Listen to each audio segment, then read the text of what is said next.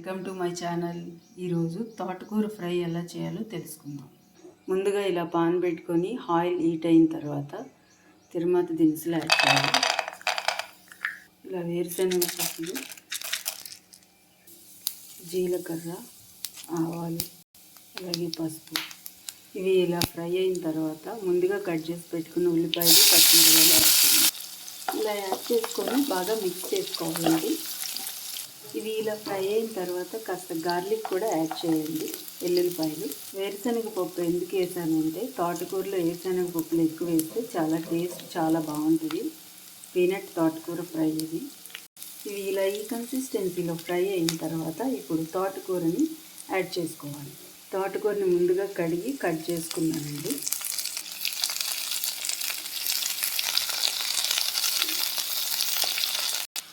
ఇలా యాడ్ చేసుకొని బాగా మిక్స్ చేసుకోండి. మిక్స్ చేసుకున్న తర్వాత మీడియం ఫ్లేమ్లో పెట్టి ఒక 10 నిమిషాలు బాయిల్ అవ్వాలండి, ఉడకనివ్వాలి.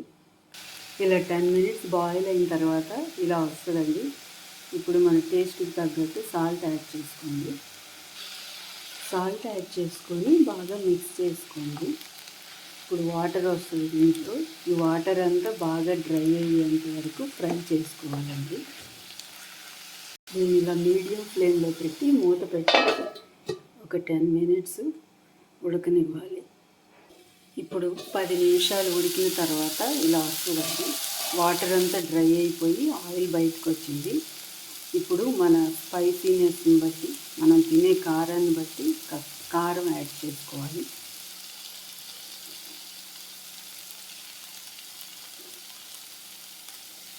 కారం యాడ్ చేసుకొని ఇలా బాగా మిక్స్ చేసుకోండి. ఒక 5 మినిట్స్ ఇలా మిక్స్ చేసుకోండి. ఇలా ఆయిల్ అంతా బయటకు వచ్చేయాలి. అంతేనండి, వెరీ టేస్టీ పీనట్ తోటకూర ఫ్రై రెడీ. ఇది అన్నంలోకైనా బాగుంటుంది, చపాతీలోకైనా బాగుంటుంది అండ్ వెరీ హెల్దీ కూడా. హెల్దీ టేస్టీ తోటకూర పీనట్ ఫ్రై. అంతేనండి, పీనట్ తోటకూర ఫ్రై రెడీ.